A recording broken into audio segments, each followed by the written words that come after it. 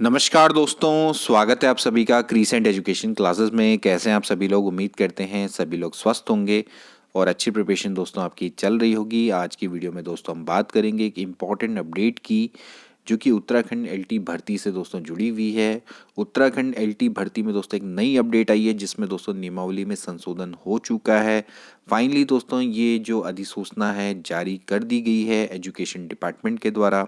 अभी तक दोस्तों यही हो रहा था कि नियमावली में संशोधन तो हो गया है, लेकिन अधिसूचना जारी नहीं की गई थी एजुकेशन डिपार्टमेंट के द्वारा। फाइनली दोस्तों इसकी अधिसूचना जारी कर दी है। लेकिन इसमें दोस्तों एक और इम्पॉर्टेंट चीज़ देखने को मिली है, वो है दोस्तों परीक्षा पैटर्न और सिलेबस में दोस्तों बदलाव हो चुका है। अब काफ़ी सारे अभ्यर्थी हैं, इनके द्वारा ये प्रश्न पूछे जा रहे हैं कि क्या पूरी तरह से जो परीक्षा पैटर्न है, वो सिलेबस है, उसमें पूरी तरह से बदलाव हो चुका है। इसके बारे में भी दोस्तों डिस्कस करेंगे आज की वीडियो में। लेकिन यहाँ से दोस्तों एक चीज़ क्लियर हो चुकी है कि जल्दी दोस्तों आपको एलटी भर्ती देखने को मिलेगी, क्योंकि अब finally UK triple S C independent है एडवर्टीजमेंट जारी करने के लिए। क्योंकि जब तक अधिसूचना जारी नहीं होती तब तक UK triple S C advertisement जारी नहीं कर सकता था। अब दोस्तों क्योंकि फाइनली अधिसूचना जारी हो चुकी है, अब इस केस में जो एडवर्टीजमेंट है वो जल्दी दोस्तों आपको जारी हो जाएगा और जल्दी दोस्तों आपको वैकेंसी देखने को मिलेंगी उत्तराखंड एलटी की। तो चलिए दोस्तों आज की वीडियो को स्टार्ट करते हैं। तो दोस्तों आज हम बात करेंगे अधिसूचना की, जिसके माध्यम से दोस्तों नियमावली में संशोधन किया गया है। उत्तराखंड शासन माध्यमिक शिक्षा अनुभाग के द्वारा दोस्तों 4 मार्च 2024 को यह अधिसूचना जारी की गई है। कैबिनेट में दोस्तों इसका प्रस्ताव जाता है। कभी भी जब दोस्तों जब आपका नियमावली में संशोधन होता है तो बाद में दोस्तों क्या होता है कि राज्यपाल के हस्ताक्षर होते हैं, तो राज्यपाल के द्वारा सहर्ष उसको स्वीकृति दी जाती है। तो राज्यपाल भारत के संविधान के अनुच्छेद 309 के प्रदत्त शक्तियों का प्रयोग करते हुए उत्तराखंड अधीनस्थ शिक्षा प्रशिक्षित स्नातक सेवा नियमावली 2014 में, जिसमें लगातार दोस्तों संशोधन होते रहते हैं, इसमें दोस्तों एक और संशोधन किया गया है।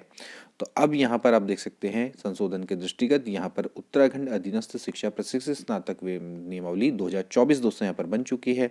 इसमें दोस्तों आपके जो संशोधन हुए हैं, कई सारे दोस्तों इसमें संशोधन किए गए हैं। जो इम्पोर्टेंट संशोधन है दोस्तों मैं आपको बताऊंगा, जैसे कि देखिए इसमें नियम नंबर 4 है दोस्तों, इसमें भी संशोधन हुआ है। जैसे कि भैया इसमें सामान्य और महिला शाखा में प्रत्येक मंडल के लिए सेवा का एक संवर्ग होगा। लेकिन यहाँ पर बोला गया है कि अगर ऐसे अध्यापक हैं, जैसे नियम में क्या संशोधन किया गया है कि जो ऐसे अध्यापक जिन्होंने अपने मूल संवर्ग में न्यूनतम 5 वर्ष की संतोषजनक सेवा पूर्ण कर ली हो, तो वो एक बार शासन से अनुमोदन लेंगे और उनको अपने संवर्ग में परिवर्तन करने की सुविधा होगी। ठीक है ना, इस संदर्भ में शासन के द्वारा एसओपी निर्गत की जाएगी। ठीक है, इसके अलावा फिर इन्होंने नियम 8 में भी दोस्तों संशोधन किया है। अब नियम 8 में जो संशोधन है दोस्तों, वो हमारे सहायक अध्यापक कला और संगीत से दोस्तों जुड़ा हुआ है। इसकी दोस्तों योग्यता में बदलाव किया गया है। एक्चुअली योग्यता में कुछ चीज़ें ऐड की गई है। जैसे सबसे पहले देखिए, एलटी अगर आपको आल्ट बनना है तो पहले आप भारत में विधि द्वारा स्थापित किसी विश्वविद्यालय से ड्राइंग, पेंटिंग, ड्राइंग डिज़ाइन, प्राविधिक कला, पेंटिंग, फाइन आर्ट, पेंटिंग में अगर आपका ग्रेजुएशन होता था तो काम चल जाता था, या फिर आपने 4 वर्ष का बीए एड का कोर्स किया हो एनसीटीई से, तो भी आपका चल जाएगा। ठीक है, लेकिन अब क्या है, अब आपको पहला नियम तो चाहिए, यानी कि भारत में विधि द्वारा स्थापित किसी विश्वविद्यालय से drawing, painting, fine art, visual art में स्नातक की उपाधि, साथ ही साथ दोस्तों अब आपको बीएड भी चाहिए होगा। तो किसी राजकीय सरकार से मान्यता प्राप्त प्रशिक्षण संस्थान से बीएड की उपाधि। और अगर आपने बीएड नहीं किया हुआ है, इसके बदले आपका ये वाला तो अभी भी चल ही रहा है ऑप्शन, अगर आपने एनसीटी से बीए ऐड किया हो, जो कि न्यूनतम 4 वर्ष का होता है, तो भी दोस्तों आप क्या कर पाएंगे, अभी भी एलटी आर्ट के लिए अप्लाई कर पाएंगे। इसके बाद संगीत में भी दोस्तों बदलाव किया गया है। वैसे इसमें ज़्यादा बदलाव तो नहीं है, इसमें जनरली जो पहले से मांगा जाता है वही दोस्तों इसमें मांगा जा रहा है। इसमें दोस्तों जो थोड़ा सा बदलाव मैंने जो देखा है, अभी मैंने थोड़ा इसको ढंग से पढ़ा नहीं है, लेकिन फिर भी मैं बता दूं, इसमें प्रयाग संगीत समिति इलाहाबाद से 5 वर्षीय संगीत प्रभाकर की मांगी गई थी उपाधि, तो यहाँ पर इसको 6 वर्षीय संगीत प्रभाकर की उपाधि मांग दिया गया है। बाकी तो दोस्तों इसमें वही चीज़ें हैं, जिसमें मुझे नहीं लगता कि कोई भी चेंजेस यहाँ पर दिख रहे हैं। इतना ही दोस्तों इसमें मांगा गया है। तो ये आपका सहायक अध्यापक संगीत की दोस्तों यहाँ पर बात चल रही है स्नातक की उपाधि है। बीएड पहले भी मांगा जाता था, अभी भी मांगा जा रहा है। देखिए यहाँ पर आपका साफ साफ लिखा हुआ है, ये पहले के नियम है और ये विद्यमान नियम है और ये प्रतिस्थापित नियम है जिसमें चेंज किया गया है, ठीक है ना।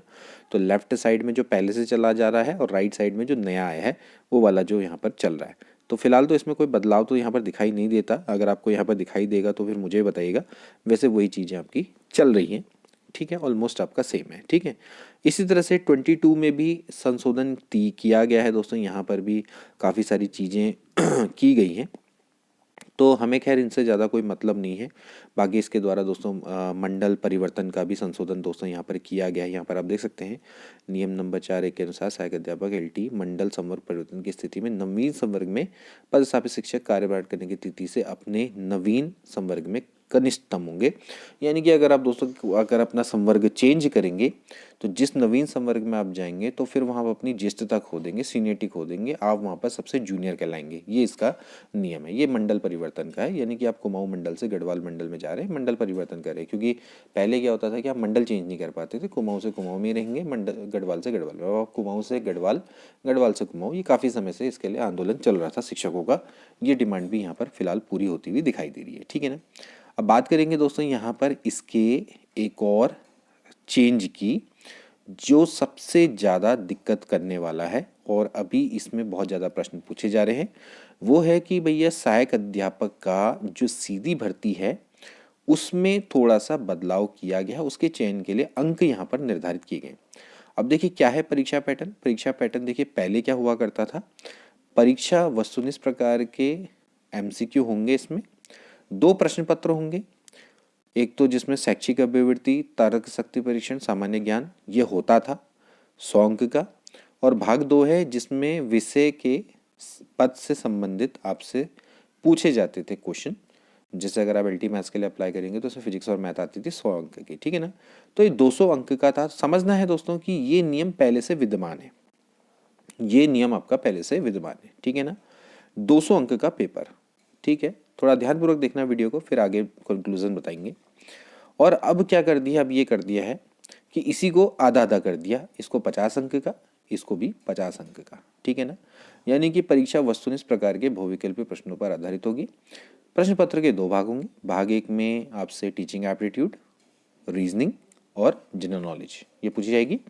भाग 2 में जिस विषय के लिए आप आवेदन किया है उसके विषय की दक्षता के आपसे 50 अंक पूछेंगे। तो उसको 50-50 कर दिया है, तो कुल मिला के यहाँ पर 100 अंक का है और कुल मिला के यहाँ पर आपका 200 अंक का हो गया। अब काफ़ी सारा यहाँ पर चीज़ें पूछी जा रही कि क्या परीक्षा पैटर्न में पूरी तरह से चेंज हो चुका है। देखिए आपको ये बताइए अगर आप ध्यान से देखें जो ये नियमावली में जो ये फिलहाल परीक्षा पैटर्न जो चल रहा है काफ़ी समय से, इस परीक्षा पैटर्न के अनुसार आखिरी परीक्षा हुई थी 2014 में, ठीक है। 2014 के बाद दोस्तों 2017 में भी परीक्षा हुई, 2018 कह सकते हैं, और 2020 में भी दोस्तों परीक्षा हो चुकी है, 2020 2021 जो भी आप माने।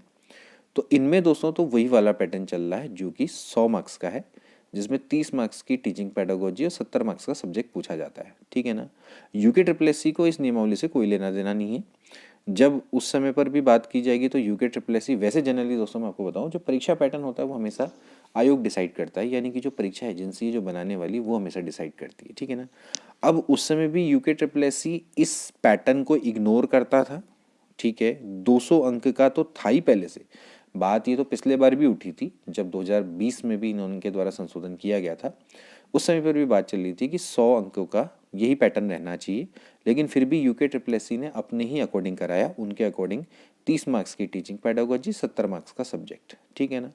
अब जब चेंज हुआ है तो ये देखना रहेगा, क्योंकि देखिए हम भी बिल्कुल श्योरिटी से नहीं कह सकते, लेकिन फिर भी हमारा ये मानना है कि यूके SSSC अपने ही परीक्षा पैटर्न के अकॉर्डिंग परीक्षा करवाएगा, इसकी संभावना ज़्यादातर रहेगी।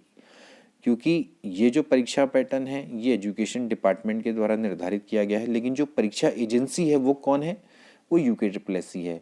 वो डिसाइड करती है कि परीक्षा पैटर्न कैसा होना चाहिए, सिलेबस कैसा होना चाहिए।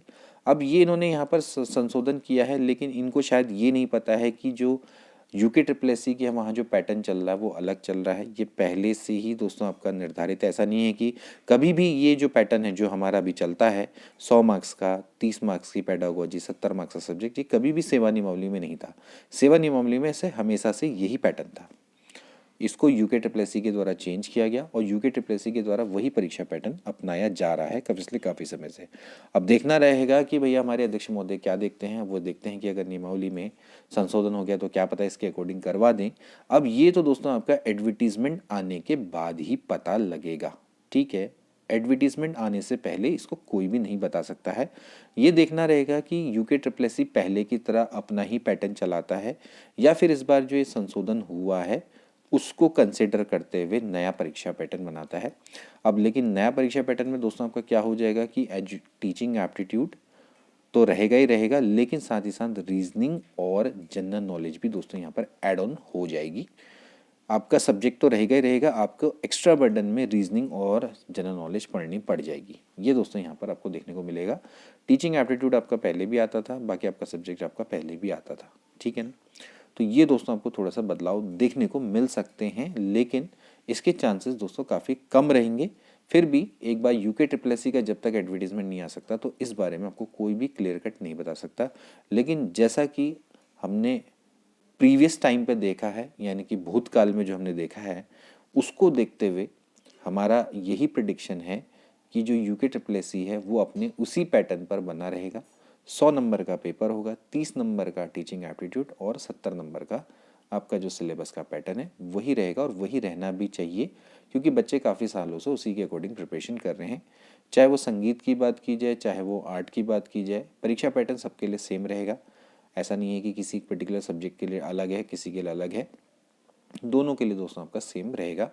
वहाँ पर भी संगीत में भी 30 नंबर के 30, खैर संगीत में तो ऑलरेडी पहले भी आपका बीएड मांगा जाता था, लेकिन आर्ट में भी दोस्तों आपके 30 मार्क्स का आपको टीचिंग एप्टीट्यूड देखने को मिल सकता है। तो फिलहाल अभी दोस्तों ये हमारी प्रिडिक्शन है, और मैं ऐसा नहीं कहूँगा कि 100% पूरी तरह से करेक्ट है, लेकिन इसके पूरे करेक्ट होने की संभावना रहेगी। अभी जब तक आपकी सेवा नियमावली जब तक आपका एडवर्टीजमेंट नहीं आ जाता तब तक कुछ भी कहना पॉसिबल नहीं है। लेकिन फिर भी जैसा प्रीवियस पैटर्न रहा है उसके according UK triple S C 100 number का ही पेपर कराएगा, जिसमें 30 नंबर का टीचिंग एप्टीट्यूड होगा और 70 नंबर का पेपर आपका जो सब्जेक्ट वाला होता है वही होना चाहिए। मिलते हैं नेक्स्ट वीडियो में, तब तक के लिए take care and good bye.